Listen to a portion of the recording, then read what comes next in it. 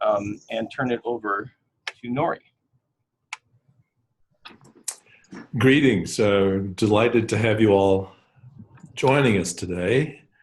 And as John has indicated, we're going to be talking about how codes, guidelines, and specific plans can play well together.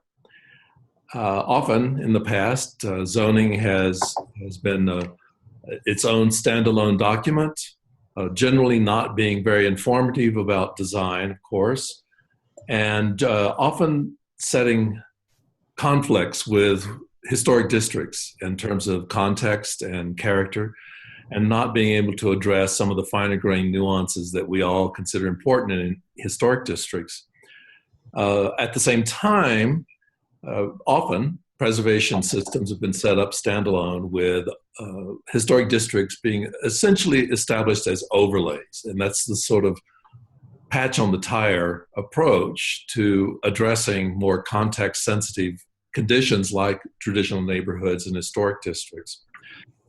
And then in some cases, we have downtown plans, neighborhood plans, specific plans of one sort or another, and other neighborhood plan elements that introduce design standards in them, which also may either be at conflict with other zoning regulations or at least may be confusing because the design regulations end up in several places.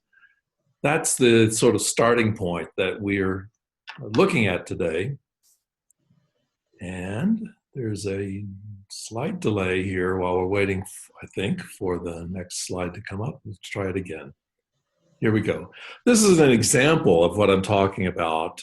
Before we worked on a code in Boulder, Colorado a few years ago, this blue envelope represents the potential building mass that the underlying zoning permitted in this established neighborhood. Now, in this case, this envelope is slightly shaped by a solar access angle.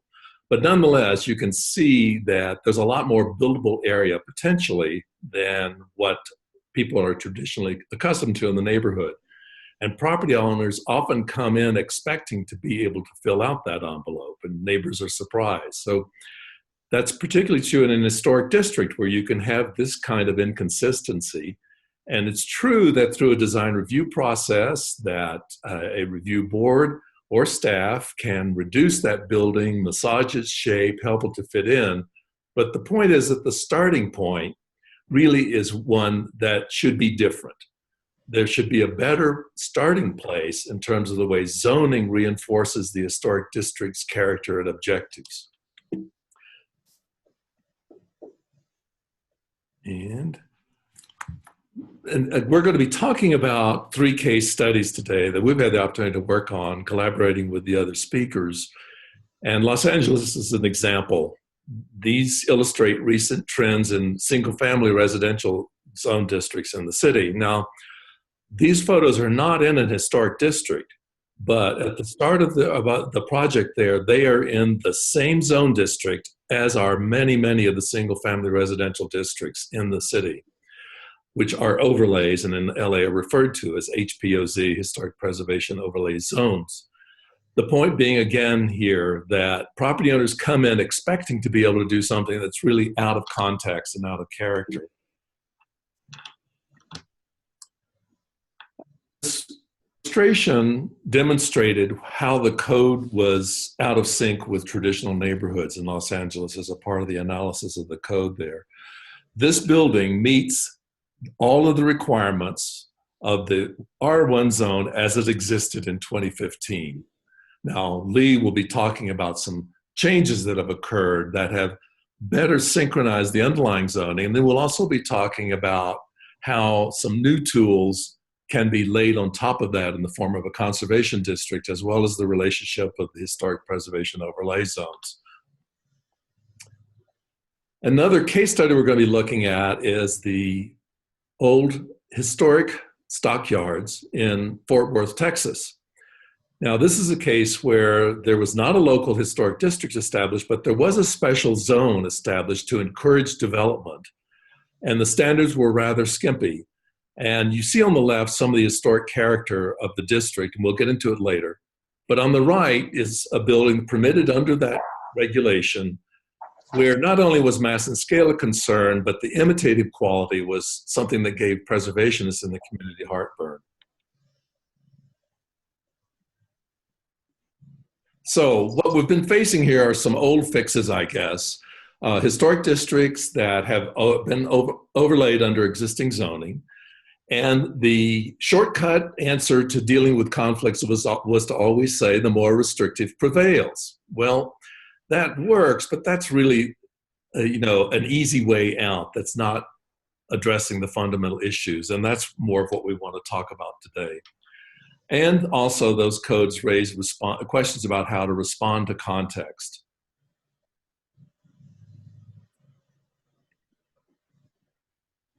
Whoa, there we go. So let's see, did I miss a slide there? So these are the three case studies we'll be talking about: Monterey, Fort Worth, and Los Angeles. And as John has already introduced us, Elizabeth is going to lead the presentation about Monterey. I will lead a section of the presentation on the Fort Worth stockyards, and Lee will lead the presentation on the bulk of the Los Angeles Code project. But there will be a little bit of interaction as we go along the way amongst the speakers. So at this point, I'm going to turn the control over to Elizabeth and let her explain the relationship of the design guidelines for some important National Historic Landmark districts that are embedded within the downtown of Monterey, which already had a series of character areas embedded as a part of the specific plan for downtown. So, Elizabeth? Thanks, Nori. And this is John, really quick, just a reminder to speakers, I forgot to tell you about this. If you experience a bit of a delay in your screen, I would suggest using your mouse to click in the center of that slide, and okay. That'll regain control of that screen so that you can advance those slides. Okay. Okay, thanks, Nori. Thanks, John. In April of 1970, the Monterey Old Town Historic District was designated a National Historic Landmark by the National Park Service. And since then, the National Park Service has adopted amendments to the National Historic Preservation Act that required nominations to include more extensive historic background information, such as identification of historic themes, landscape features, and the location of significant historic events. Therefore, in 2012, the city decided to update and reevaluate the historic district to address these new requirements for NHL districts. And we prepared a reconnaissance survey for the larger downtown area that you see in this slide, and then updated the NHL boundaries shown there, the northern one in purple and the southern one in green.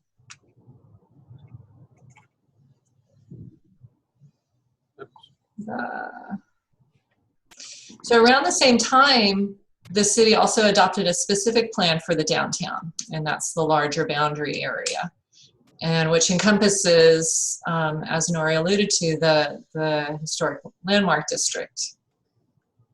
The specific plan defines a vision for the downtown, part of which is to preserve its historic heritage.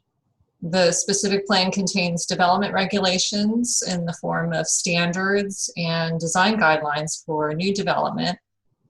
But it also became evident that the two documents, the NHL update and the reconnaissance survey, and the specific plan needed to better address each other and not be mutually exclusive.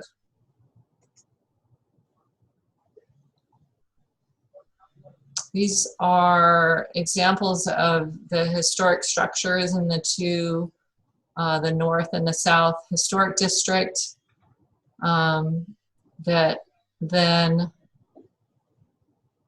trying to get to that, sorry. That then got folded into as two of the character areas for the downtown specific plan.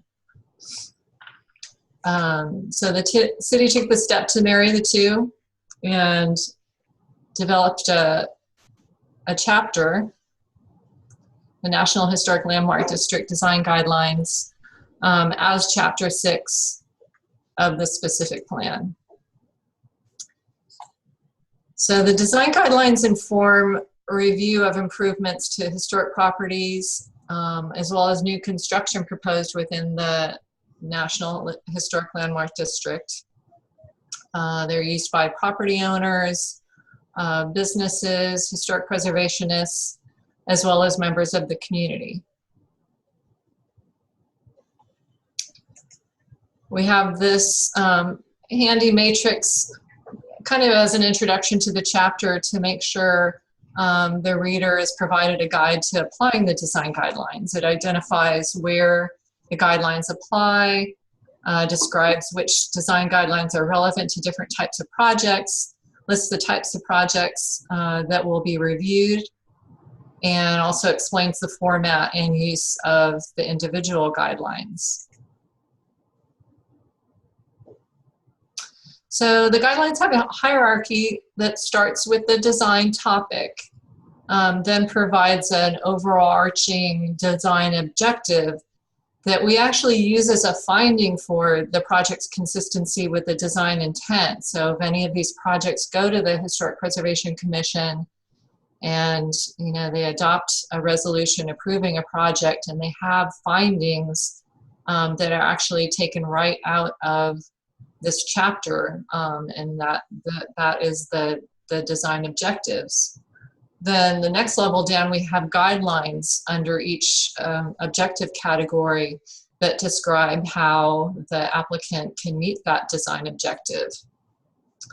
The guidelines address the appropriate treatment of character-defining features and architectural details, such as how to protect and maintain significant stylistic features, such as windows, doors, etc. I'll go through that in a moment.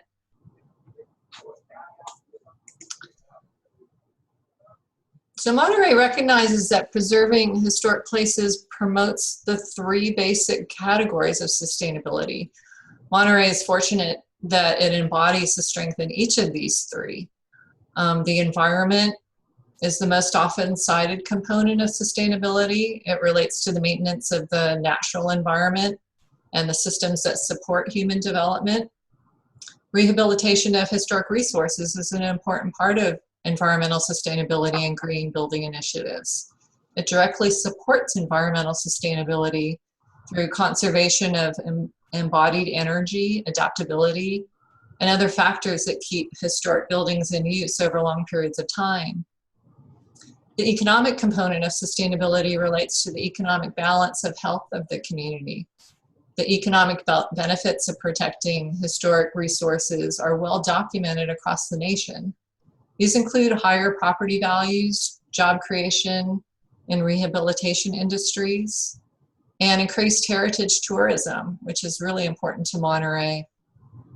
The quality of life improvements associated with living in a historic neighborhood may also help communities recruit desirable businesses.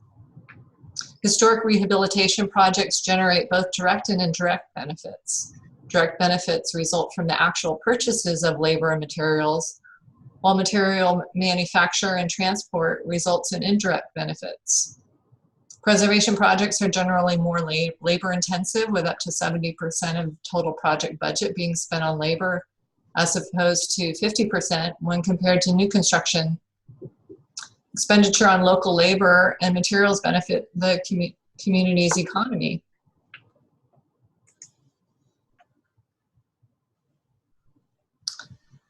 So this chapter also provides the applicant with a tool for planning a project.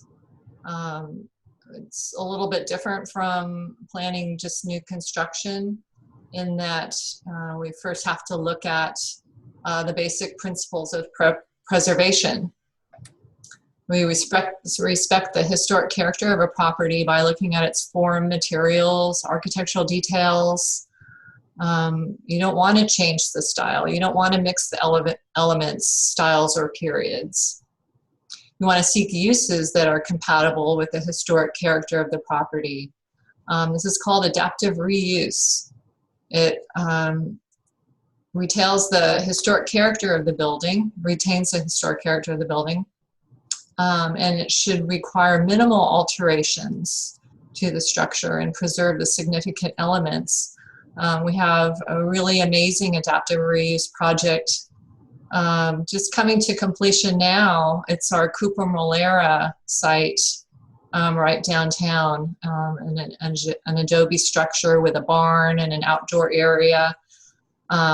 It was bought by the National Trust for Public Lands, and they're partnering with a local developer, and they're rehabilitating quite a few of the structures, and also constructing a new infill building that will serve as a restaurant. This site is beloved in the community, and unfortunately hasn't been open to the public for a long time. So this adaptive reuse project will allow accessibility by the public to use for events such as weddings, the restaurant, the bakery, and also a museum, displaying the elements of its historic use.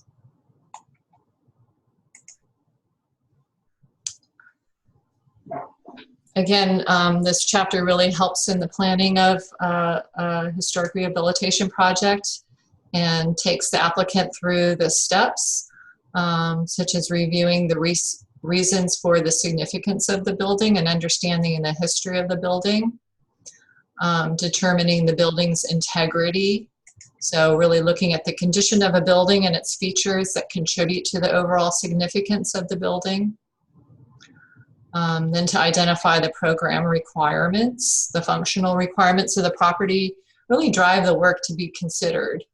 If the existing use will be maintained, then preservation will be a focus. If changes are planned, then some degree of compatible alterations may be needed. Then finally, step 4, the implementation of a treatment strategy.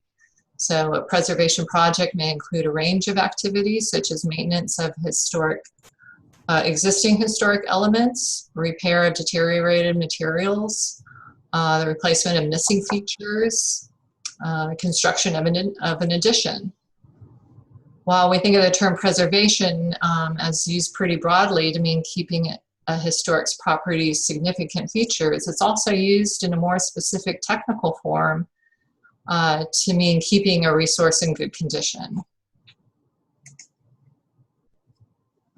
This chapter then goes into an overview of the historic architectural styles throughout the downtown.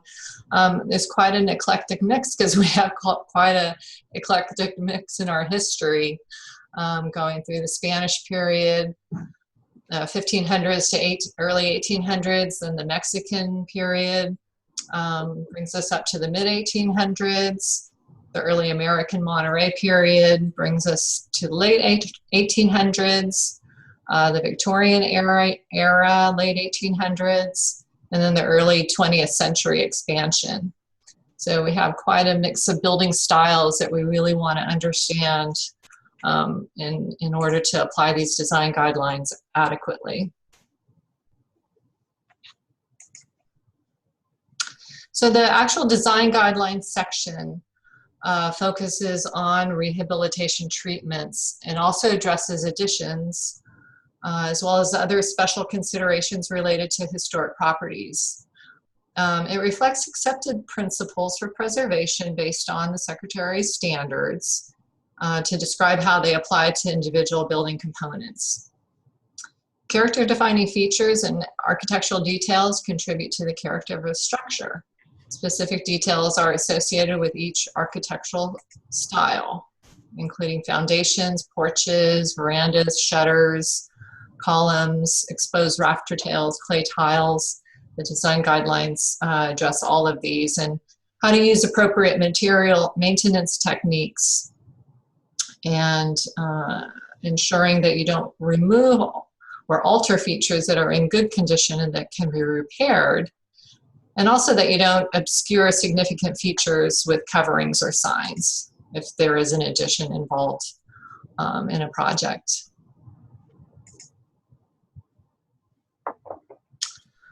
And there's quite a bit of information on materials and finishes.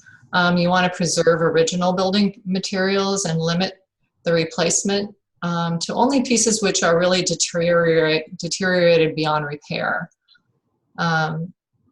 You also want to reduce the demand for and environmental impacts from the production of new materials. Thus, that's part of that sustainability policy we were looking at earlier. Primary historic building materials in Monterey's historic district include wood, stone, brick, adobe, and plaster.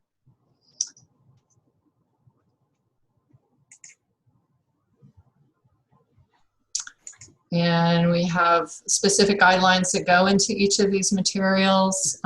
Adobe is really kind of highlighted because these are our oldest, probably one of the most precious structures, and you really need to engage a professional when working on an Adobe building.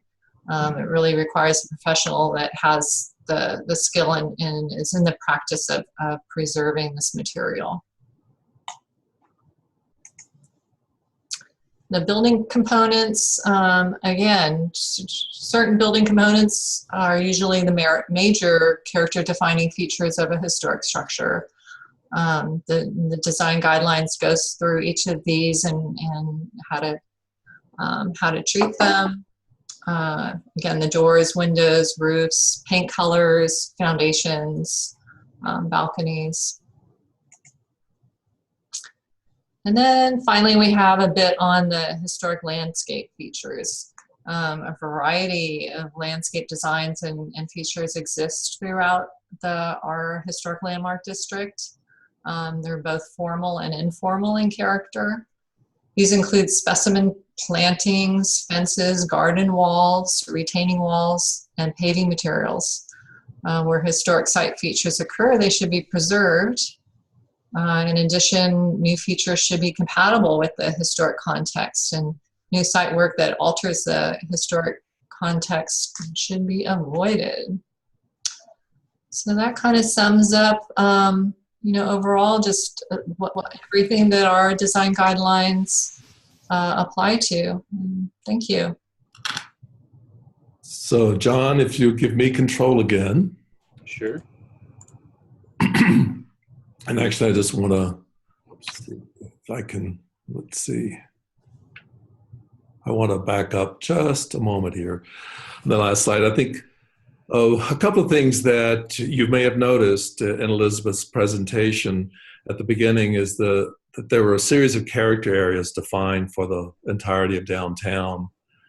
And each of those has some guidelines. There's some general guidelines written that are not a part of the historic district guidelines that she's been showing you.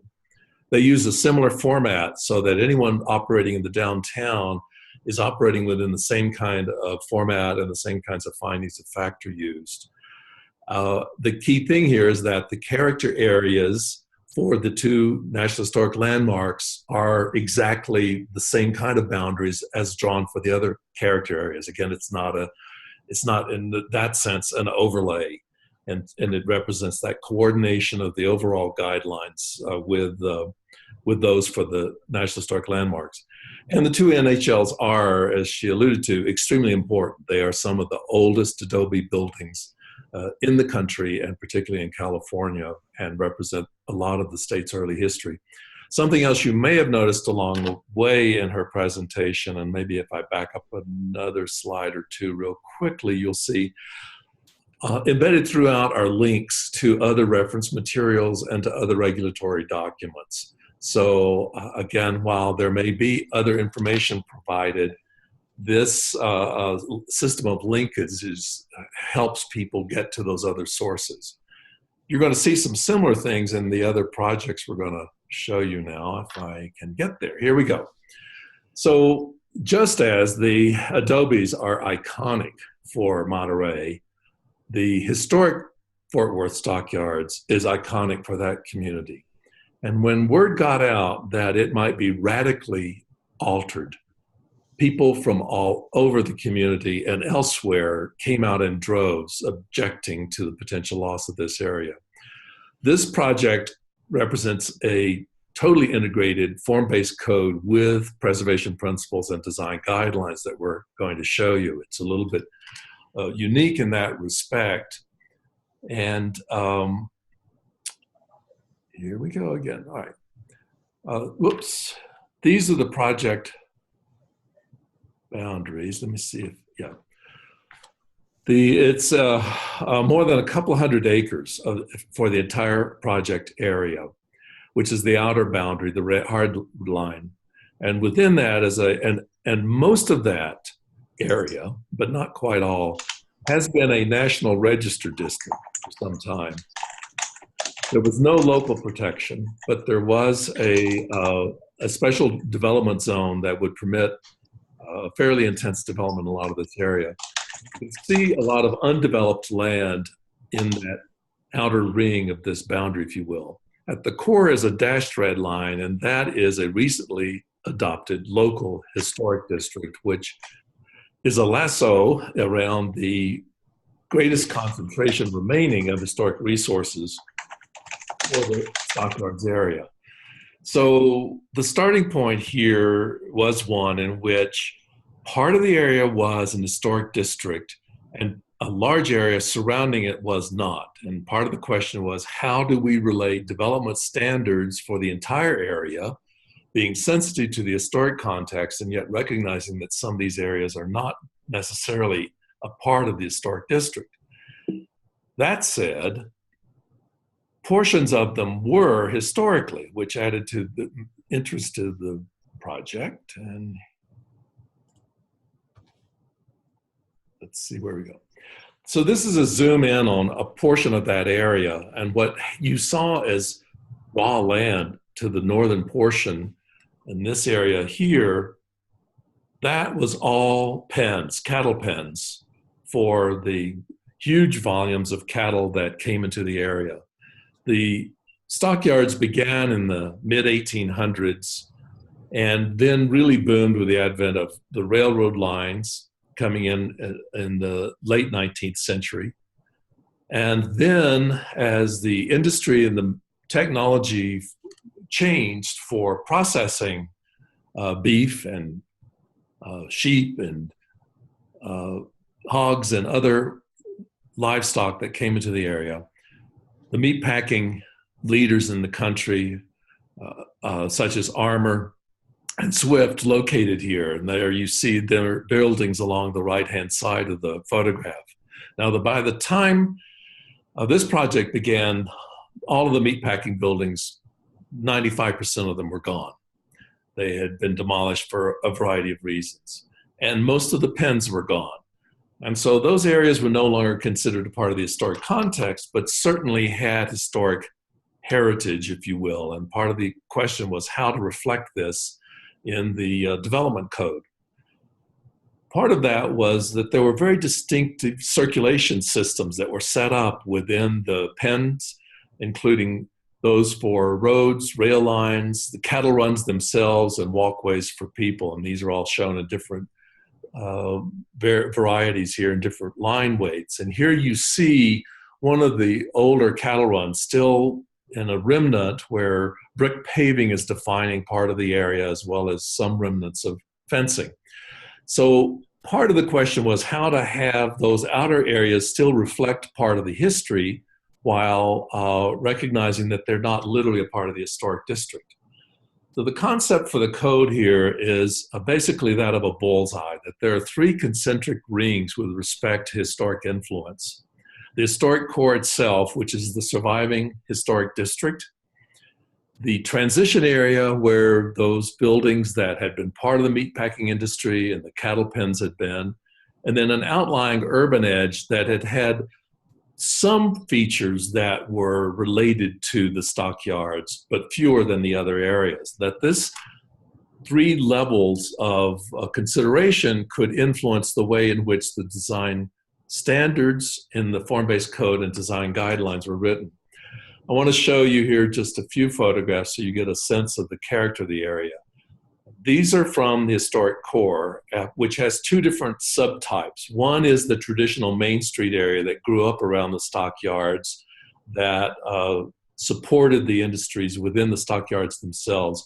Others were institutional facilities, such as an arena and the stock exchange building itself. So these were more institutional, if you will, and were concentrated in their own sub-area within the district.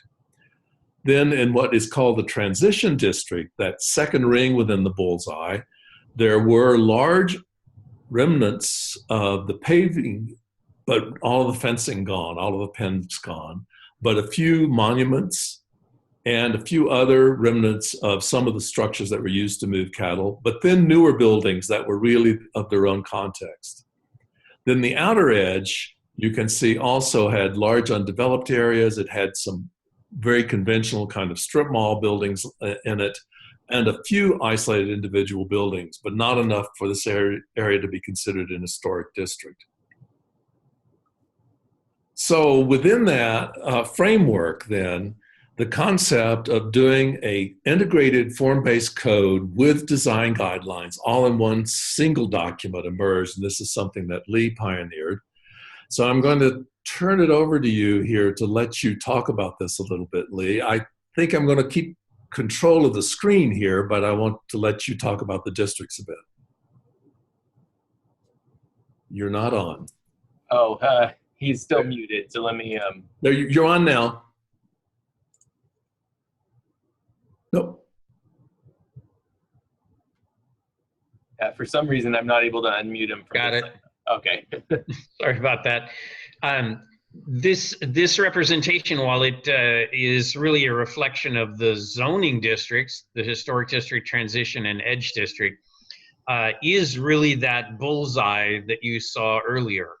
And so a piece of the challenge here was to set the levels of authority, which you're seeing highlighted on the left there. Whether, for example, in the Edge District, they were reviewed principally by the planning staff, or whether in the Historic District, you found yourself being reviewed by the Historic Preservation Officer and the Historic and Cultural Landmarks Commission. Staff handles all of these areas for the initial review, and the other bodies are typically only involved when there are significant issues at play. And in the Edge District, that is only when you are varying from the standards. Next slide.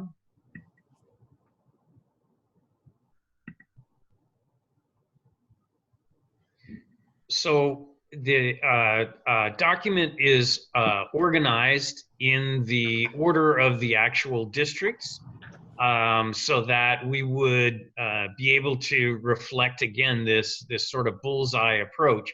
And so what you're seeing here is some opening provisions which are very important to setting the tone for the entire document. But then the Historic District, Transition District, and Edge District standards. Within each, though, are not only the form standards and some frontage standards, but also the design guidelines for each of those pieces, going from a very lighter touch in the transition district to the more formal historic district design guidelines. Next slide. Believe it or not, this diagram actually simplifies how you use this document. It does carefully explain, which components of the document apply to you, and then also how the design guidelines and other kinds of rules might get engaged when you would have to deal with the streets or not. And so a chance to look overall at how the whole system works. Next slide.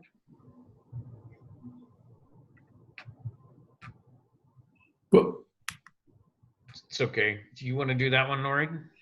Yeah, so we're dealing with a code, a form-based code, but lo and behold, there is a historic overview, an explanation of the historic framework that is a preamble to the code.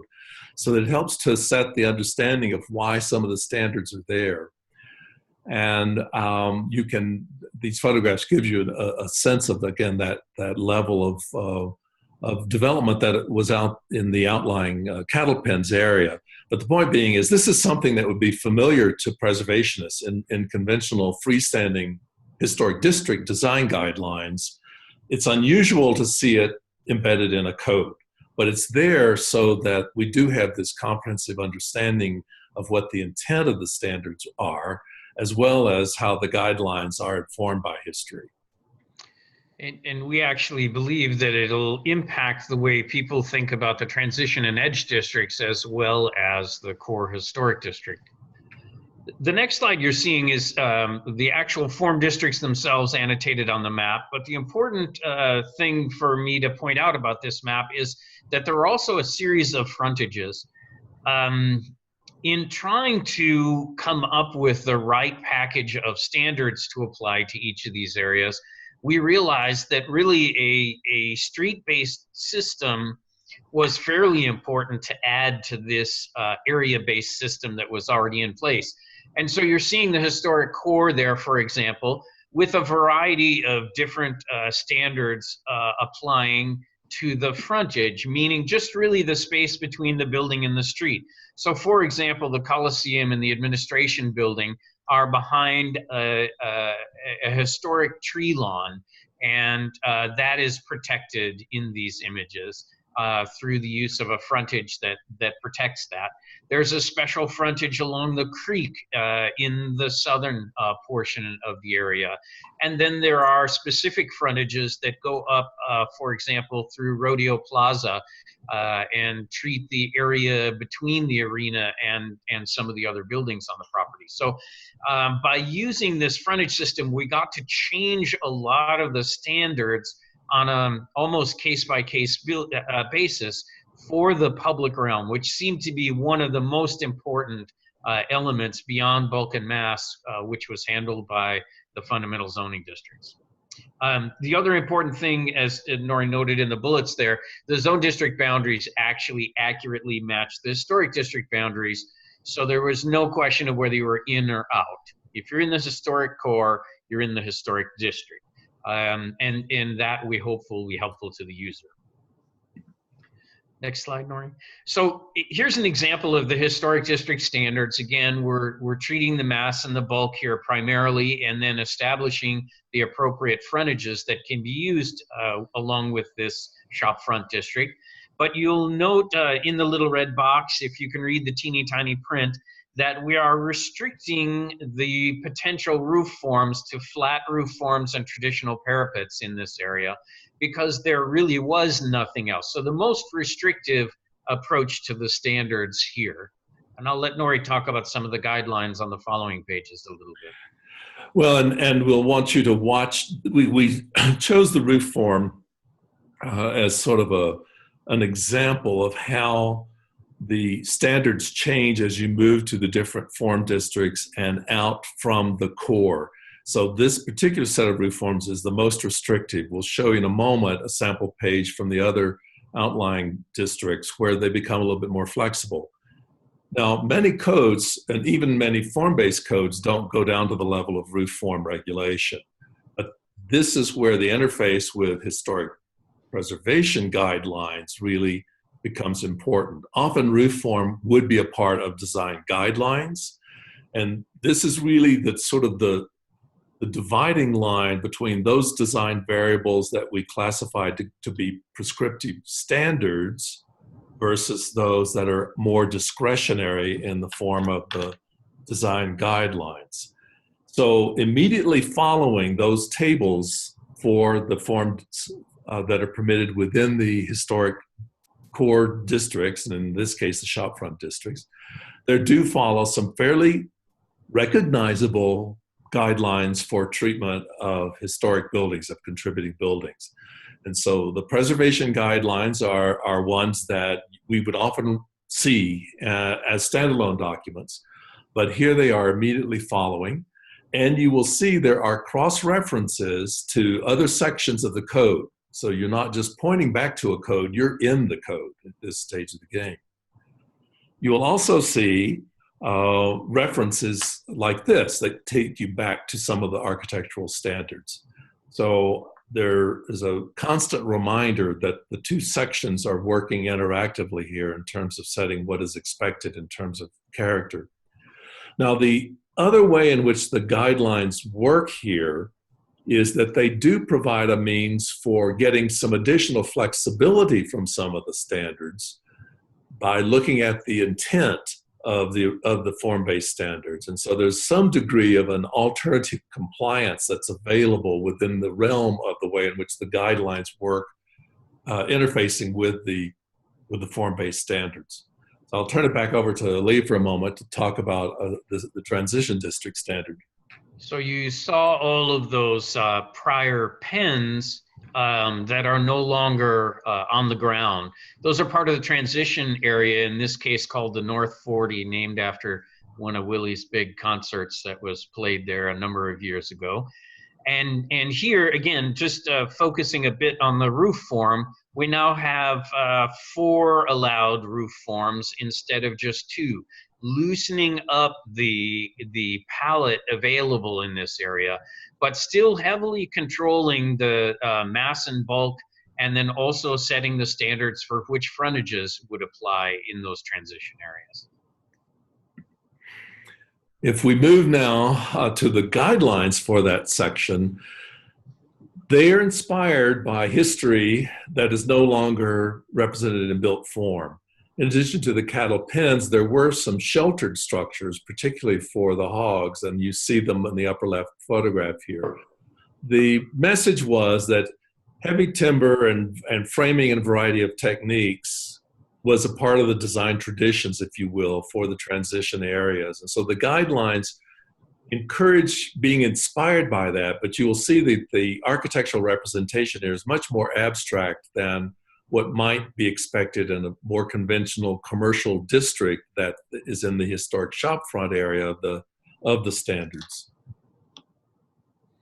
So when you get out to the edge, really all we're looking for is good suburban development. Here again, focusing on the roof forms, all of the possible roof forms are allowed, and much simpler restrictions on the frontages. In fact, many of the special frontages have fallen away because the edge is now out and beyond any of those places of extra special character that lie closer to the historic core. And again, the guidelines here are more abstract, and maybe the most interesting ones really deal with site design and encouraging the use of paving patterns, even in new contemporary ways, because a part of the tradition in the stock pens areas themselves was the use of different brick paving patterns to distinguish the holding areas in pens versus walkways and circulation routes. And so at a very abstract level, the use of that kind of design vocabulary is encouraged. So this is one of the other pieces that you see in this case. If you remember from Elizabeth's initial piece, she was talking about these very elegant discussion of guidelines and ways to treat and maintain some of the traditional building materials. In this case, we did regulate building materials, again, the most restrictively in the historic core, but we continue to regulate them in the transition and edge areas, and especially trying to get away from elements like synthetic material, synthetic stucco, which is especially popular. So these were actually the section on the standards, still using that sort of, tabular change in character, the easing of the regulations as you move from the core to the edge, and also helping people visually, even though you are in, for the most part, the standards portion of the document, which would typically be an all text piece of zoning code, giving people the same kind of visuals that might have been in a guidelines section as we move those elements over to the standards instead. So just to explain the table a little bit, you see a line here with the code, the alphabetic codes for each of the form districts: HSH, the historic shopfront; HCO, the historic core, and moving on. And then the coding in the cells themselves: S means that that material is permitted by right as a secondary material. P indicates it's permitted as a primary material, and there are definitions for that elsewhere. And so again, these are calibrated to be more restrictive within the red districts. The historic core here, there are greater limitations on the use of alternative materials as base materials, as primary materials, and then they become more and more permissive as you move farther out. So the bullseye is still operational here within this table. So the Fort Worth project, I think, is interesting in that it uses the guidelines where they are needed most, where you want to have a sensitivity to fine-grained issues. Certainly the alteration of a historic building itself, the treatment of historic features, is one that's very difficult to codify, not to be recommended at all. The division between the guidelines and standards is one that has to be carefully navigated. It can be tempting today to codify maybe more than we should in the interest of simplification and ease of administration. This integrated document gives us the ability to not be forced to do one or the other, but to choose strategically which design variables, which topics are going to be dealt with in a more flexible way through guidelines, and those that are easier to handle through standards. So that is the Fort Worth case study. And now we're going to move over to Los Angeles, and I am going to give control, John, to Lee, if you will, please, for the next few slides about the Recode LA.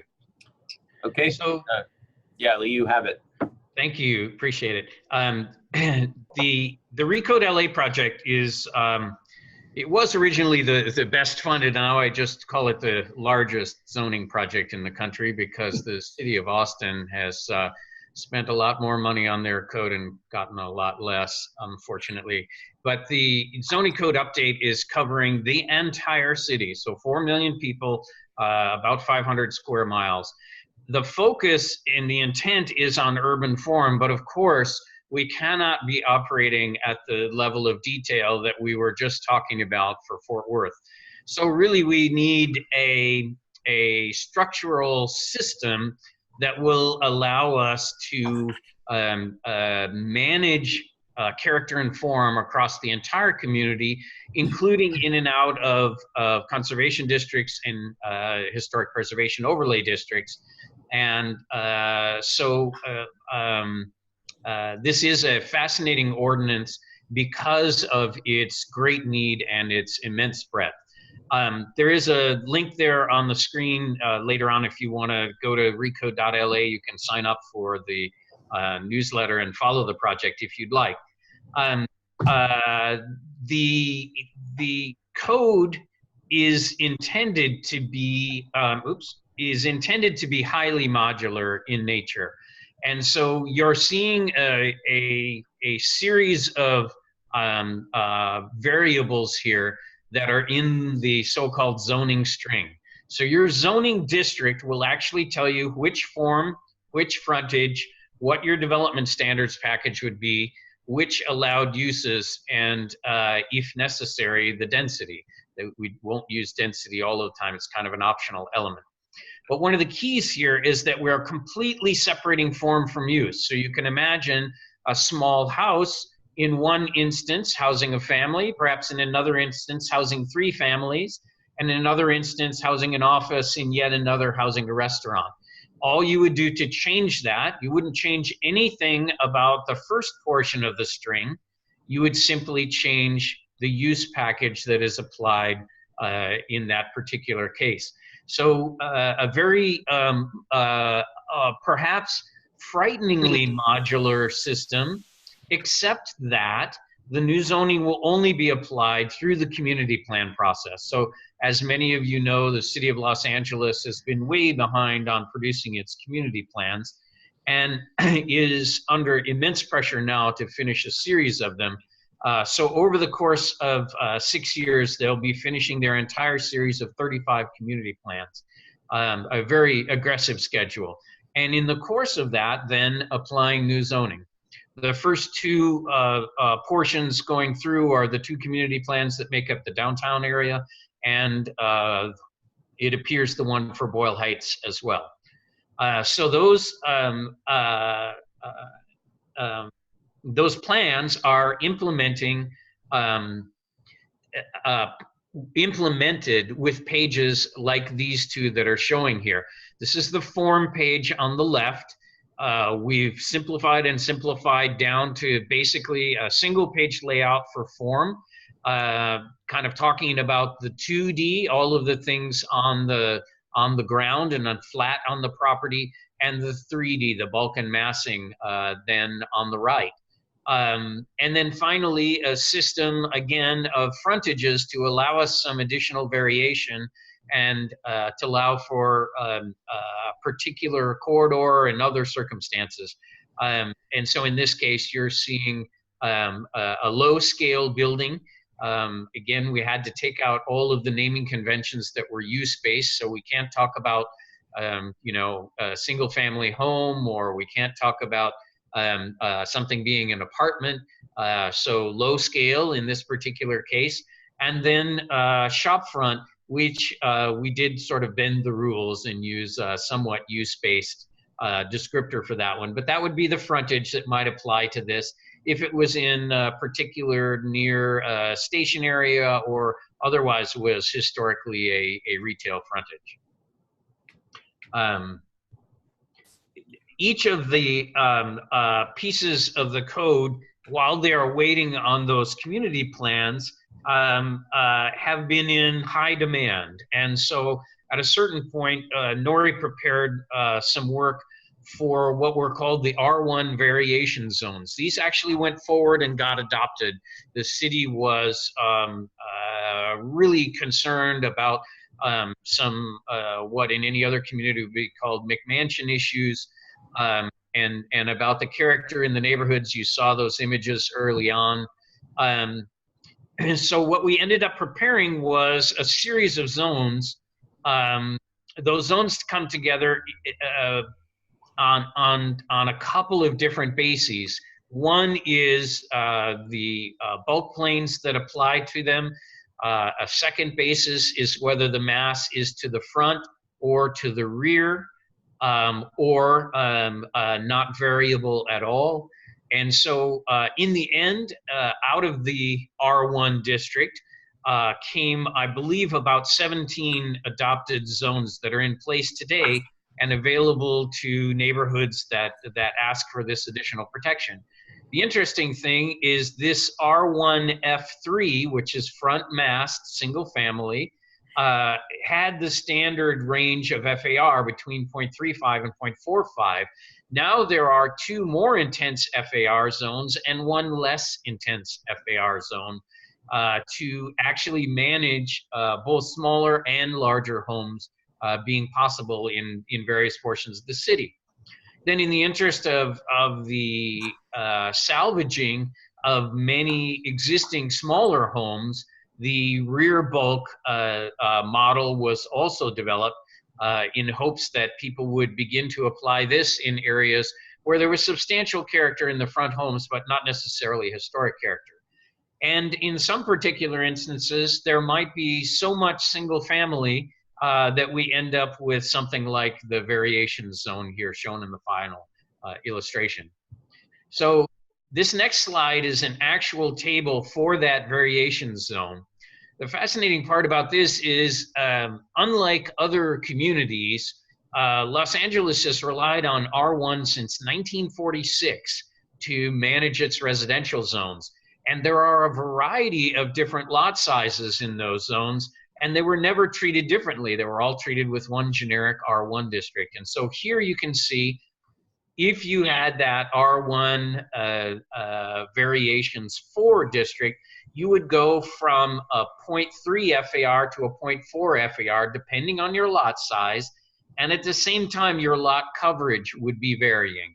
So actually some sizing, even within the R1 variation neighborhoods, of things depending on what the lot size was. Larger lot sizes were accommodating larger homes, but not scaling up at as though they were using the exact same standards. And so this is an important concept that started to make people much more comfortable with the mass and bulk of their neighborhoods.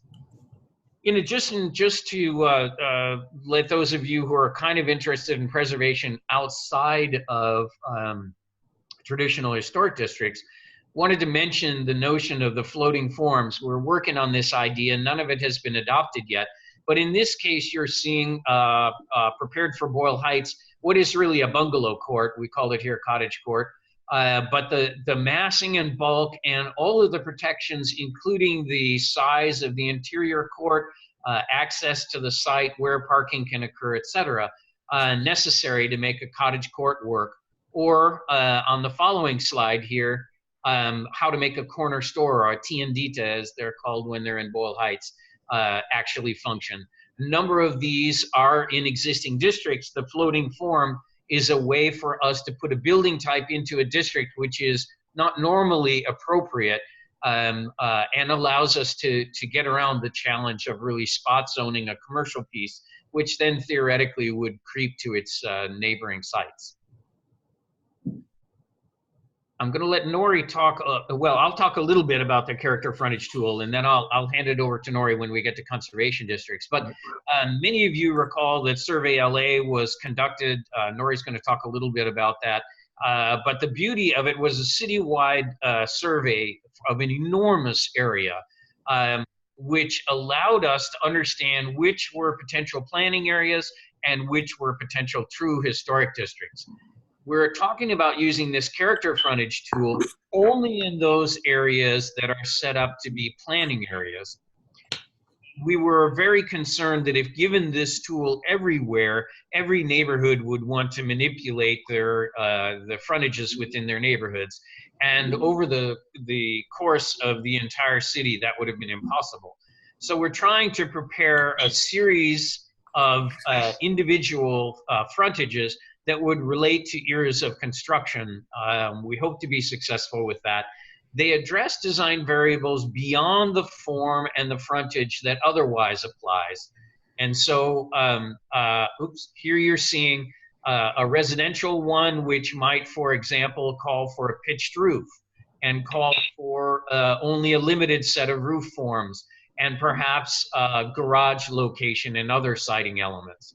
Or you're seeing this commercial character in which we are talking perhaps about spacing between the doors and about detailing of the building, and again, about how traditional roof forms might have been acceptable in this area. So again, providing one more layer, but only in those areas designated by Survey LA as planning areas. And so, my turn again. Yes.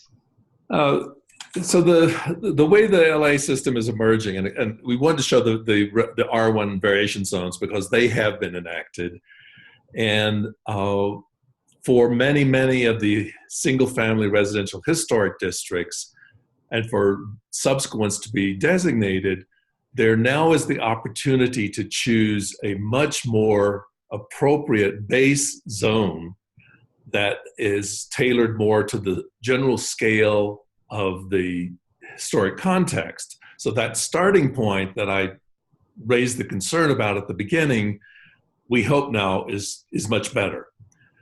And as Leah's described, we now are seeing a code emerging that will have these basic form standards combined with some frontages that begin to get more context sensitive and can be mapped. But there still are design variables that go to a finer grain than what the base code can do, and that maybe need to address neighborhoods that span more than one kind of code area. There certainly is the HPOZ, the Historic Preservation Overlay Zone option, which we, of course, is a part of the city's system. It has a very advanced preservation system, But there is a missing tool in between, and that is for areas that do have a lot of established character and many historic resources, but for a variety of reasons may not be designated as an HPOZ. They may or may not be eligible, or it may be that there isn't the support for it. In Survey LA, those are called planning districts, and they capture areas with good survey information, good character descriptions that are a wonderful starting point for establishing a different kind of an overlay and a conservation district, if you will. And the concept here is that they will, am I back in control, John? Yeah, there we go, okay. They will build on the survey information that came out of Survey LA.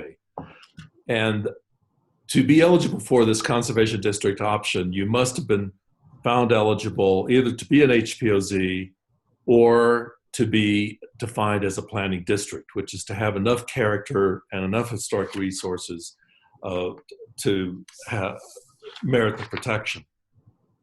So the objectives for this new emerging concept, and it's pretty conventional for any of you who may be working with conservation districts, but it has some slight tweaks to it in that it is limited in eligibility to those two kinds of categories.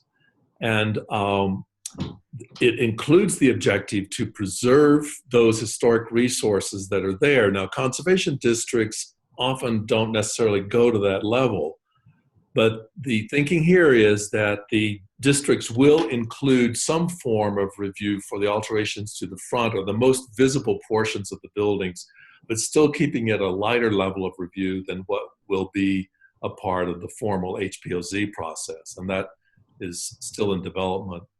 So the overall system emerging really is represented here with these four packages, if you will. Lee described the context-sensitive base zoning, which includes the form pages and the frontage pages.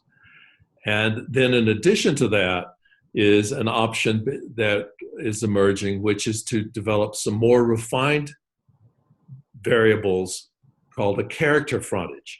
And that adds to some different design variables that might not be covered under the basic form frontage. For example, materials might be addressed there. And that would be additive, or it can replace one of the standards in the basic frontage standards as well. So a setback requirement might be modified. Now, the conservation district is an overlay as opposed to being a part of the actual underlying zone. And I've already described the basic concept for that. And then finally, of course, remains the historic landmark designation, historic district designation, or HPOZ in LA terminology. And so all of these now are emerging to be synchronized as a system with the underlying zoning, in most cases, better supporting what we have on the street. So Lee, do you have any summary points about the LA Code before we move into our final slide here? Are you back on? Sorry about that. No, I think you've done a great job describing where we're headed. It's been a long haul. For those of you who've been following the project, it has been 5 years already.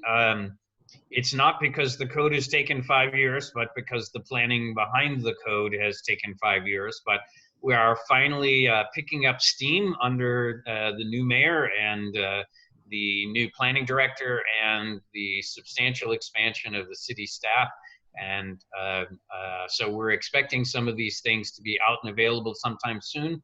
One other element of this project to watch for is a web-based code which will come out the back end, which will allow you to print only those sections of the full code that apply to your project.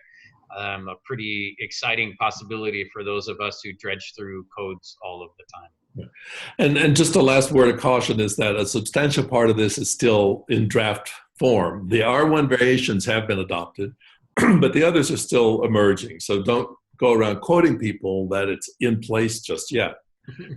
So, Elizabeth, you may want to turn on your microphone again. This is our final slide for any of us to make any final comments here in the last couple of minutes here about lessons learned, how we see others potentially applying what we've been talking about, and any noteworthy results to date. Elizabeth, do you have anything you want to add? No, I'm so inspired by the LA project. It's kind of a dream. I mean, I certainly have seen the benefits of starting to collapse just those overlapping regulations from all the different plans over the years into fewer and fewer documents in one place, and especially being web-based. So the user can go one place and click around and figure out, what the heck applies to my property. Right. Yeah, it's it's been more than 70 years. It's about time for them to have a new code. So we were asked a question that perhaps, Elizabeth, you could help me with. The question was, in Monterey and Fort Worth examples, to what extent are variances allowed for deviation from the guidelines and findings? Do you want to tackle that for Monterey? Yeah, so the design objectives are requirements. That's what you're striving to meet by application of the design guidelines that are provided within each design objective category. If you meet all the design guidelines, you could be approved administratively. If you deviate from a design guideline but still meet the design objective, then it'll go to the Architectural Review Committee or the Historic Preservation Commission, whichever the case may be. And as long as you can show how you're still meeting that design objective, you can have some variations to the guidelines. You can't vary the design objectives. Those are requirements just like standards are in our zoning ordinance. Traditional variances could be applied for, and that process is defined in state law, which we could always follow. I would like to say that the beauty of the kind of system that Elizabeth was describing is that after so carefully crafting a plan and implementing regulations, variances are much, much harder to achieve. When you come forward under a 1946 ordinance, it's very easy to joke about, how terrible and awful these requirements and standards are. Whereas in the case of having a specific plan and following that up with the design regulations right within the specific plan, that is a really powerful package, so that when you're standing in front of the Board of Adjustment or Board of Zoning Appeals or whatever your board happens to be called in your community, it is fairly easy to not just give away variances like chiclets.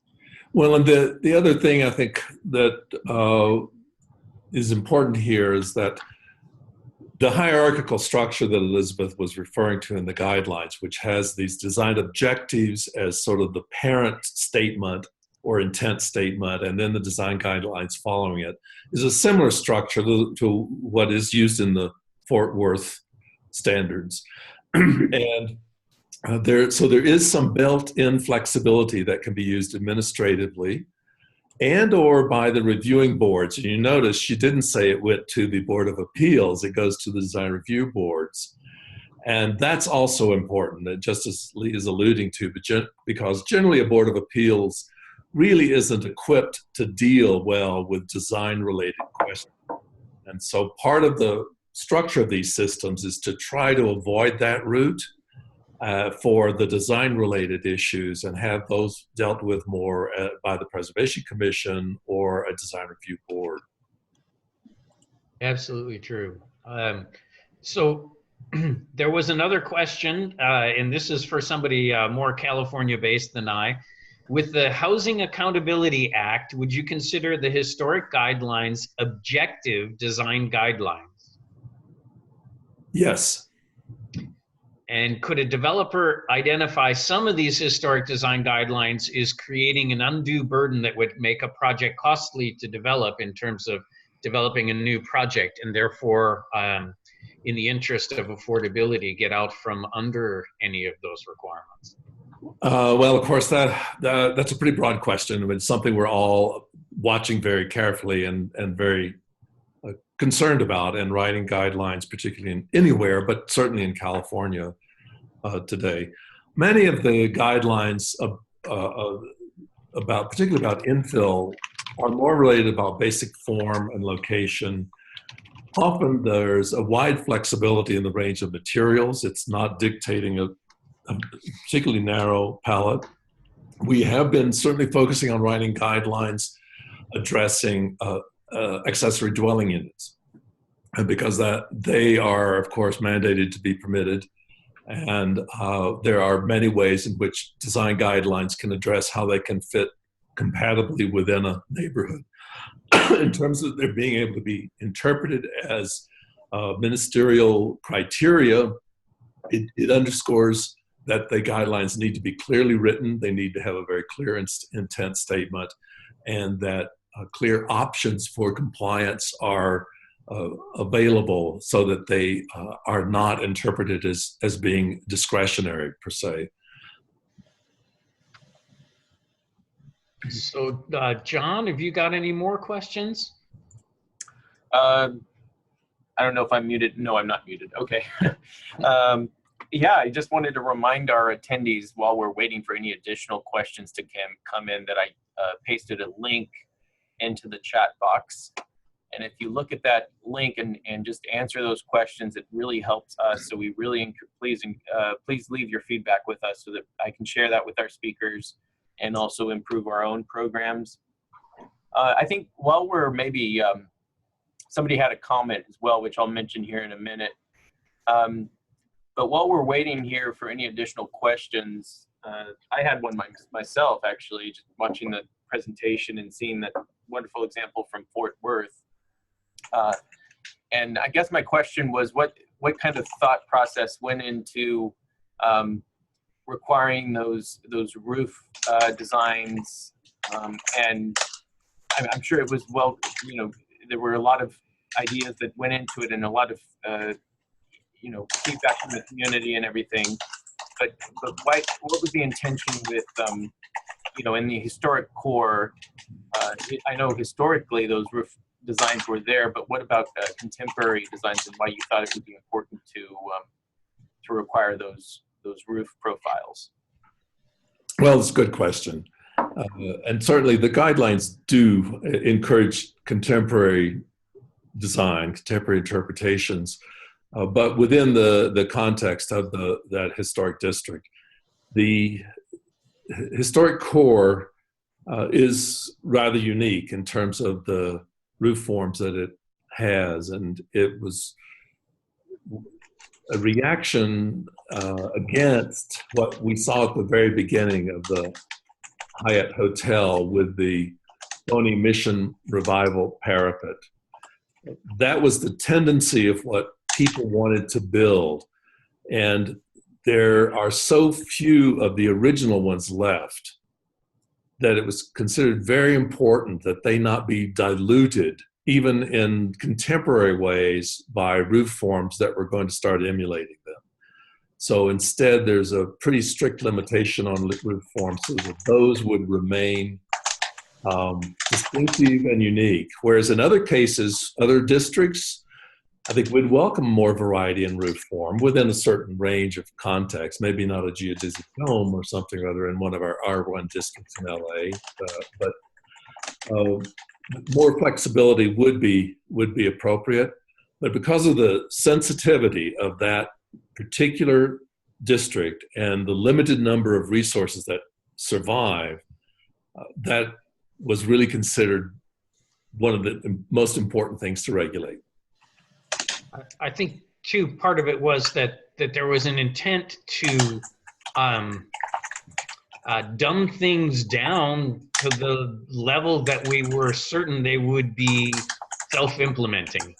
We didn't want a butterfly roof proposed on Main Street. It Right. just Yeah. didn't even want to begin to see those things come in. And because staff was going to be doing the review, we wanted to really fetter their discretion, because there was substantial concern about staff being the review authority. And so perhaps, yeah, we were a little more prescriptive. I will say, going back to that very first question, that in Fort Worth and in many of the sets of regulations that Nori and I have worked jointly on, we provide for a model of alternative compliance each time, which allows you to have a design discussion before you're in a hardship discussion. And I think that that's a really important idea. It also, it helps staff out to stay in that, black-white world that they mostly have to stay in.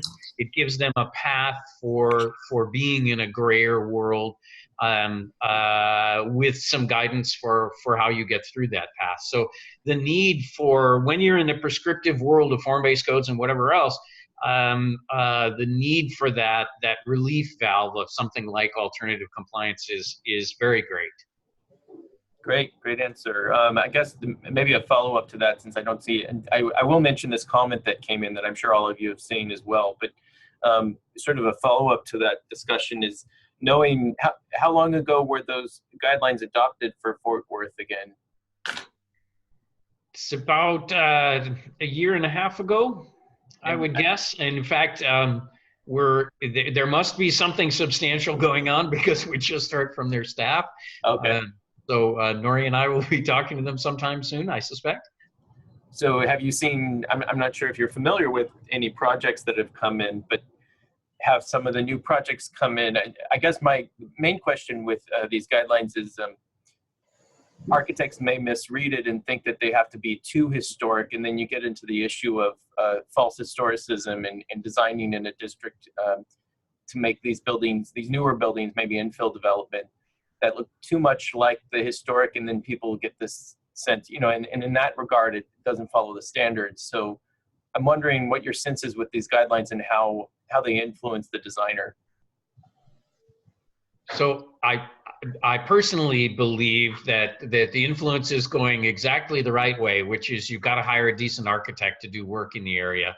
Yeah. That was the greatest fear, of course, of the historic preservation community.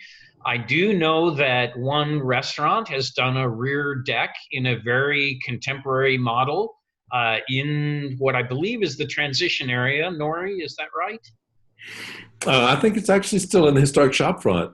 Okay. So the original shop front faces one of the key streets. The patio area faces back to Marine Creek back behind, which was the historic ford that they ran the cattle through. So there has been at least one proposal, and hopefully some actual construction of something very contemporary that fit into the design guidelines. Great. Yeah, and the guidelines in historic core certainly do encourage contemporary designs, and there are several photographs of contemporary designs that are included in the document that we didn't show you. And then in terms of even being flexible about additions, as Lee was alluding to, this one, it's a very glassy backside to the building. There are diagrams in the guidelines that talk about where the most sensitive areas are of an historic resource that are most likely to be the ones that will be more carefully reviewed in terms of alterations, and the other areas where there would be more flexibility, if you will. And the areas where that is most likely to occur is in the historic shopfront district, where you do essentially have backsides of buildings, either along alleys or along the creek, as Lee was alluding to.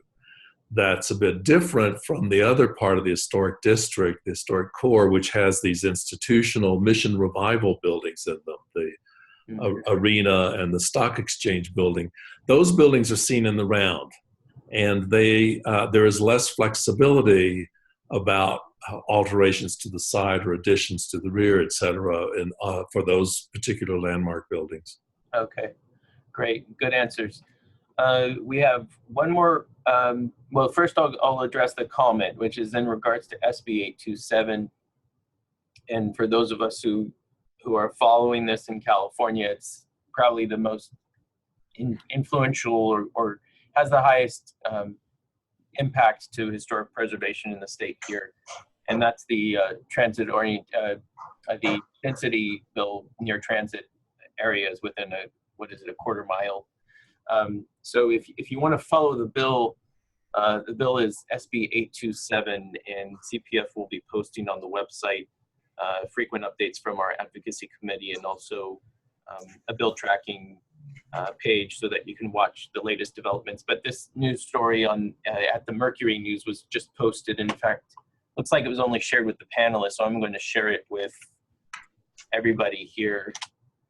And it looks like the density has been reduced in the high-rise portion of it, which is the 8+ story requirement, has been reduced to 5 stories. So this is sort of in relation to our discussion today, and it might be interesting to people in the room. And then finally, I just wanted to remind people to leave feedback on the survey, which is, I'll paste it a second time just in case you didn't see it earlier. Whoops, that should still work. There we go. And then the other thing I'll mention is we have another webinar next Tuesday that will look at preservation financing tools. Different topic, but equally interesting. And for everybody in the room today, I just wanted to remind them that it's a free program. We're offering this on a limited basis to some of our programs. And if you go to our website now, the option to select the free registration will be there. So we encourage you to join that next Tuesday. The final article page not found. Oh, maybe has everybody else seen this? I thought I pasted it. It could be because your SurveyMonkey link got into its link. Oh, thanks, Lee. There we go. There's the article page.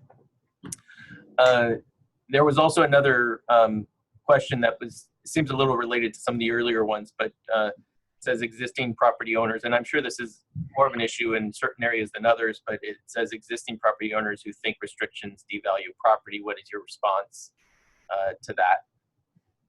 Never see any place more valuable than a core of a historic district in a beautiful community. You know, of course, there are now numerous studies from around the country on the economic impacts of local historic districts. And I believe they continue to report that locally designated historic districts either stabilize or enhance property values. Now, some can argue that glass is half full or another's half empty, and that it may make it too expensive for some historic districts. I think that's why it is important these days to be clear about where we're going to be flexible, how we're going to be flexible, how we are going to accommodate increasing density, such as through ADUs. I think these are all factors that relate to that.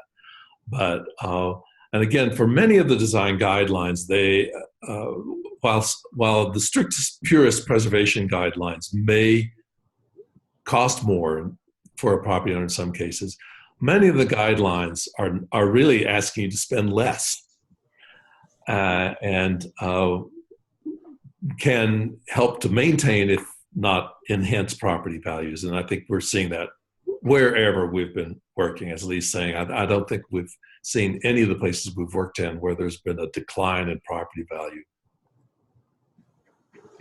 Yeah, and I think another thing I'll mention is if you look at the National Trust report, I think the title of it is Older, Smaller, Better. It also shows that historic districts maintain their values they have more stable maintenance of the value. So when prices fall a lot, they don't fall quite as much. And when prices rise drastically, they don't rise quite as much, but there's more stability in the neighborhood in terms of the value. Well, and leading us very back to the introductory material that Elizabeth was presenting, talking about the sustained aspects of sustainability and the economics of from a sustainability standpoint, and how it contributes to job creation, promotes heritage tourism. There are a lot of broader community economic benefits, of course, that preservation brings to the field, above and beyond the value to the individual property owner. And so those are also, I think, important things to factor in when we talk about the economic impacts of local districts. Great point. There was one final question. We're coming up on 30 after, so might be our last question from Don. He's asking, for the Monterey Historic Districts, what prompted opening up the National Historic District again to incorporate the additional topics? Yeah, that really had to do with the updating of the National Park Service Historic Preservation Act, and adding additional items and topics to study for historic landmark districts. So we were really curious to see, are the boundaries still all qualifying? Can we expand it? Do they need to shrink? What other characteristics do we need to consider? So that's really what prompted it. Great. Thank you to all our speakers today. I will be sending out a follow-up email, so if there's any resources that the speakers think they'd like to share with our attendees, I'm happy to send that off to them. I appreciate all your time today. If you'd like a reprise of this, it will also be presented at our annual conference. So look into our conference, which is occurring from May 17th through the 20th of this year. Registration is now up on our page, and at least 2 of these speakers will be presenting on it. And there will be a third from Monterey as well, right? Yep. So great. Well, if that's everything, I'm going to disable the sound and the video for everybody, but I'm also going to leave the page up to give you time to leave your responses on the survey. But thanks again for your time today.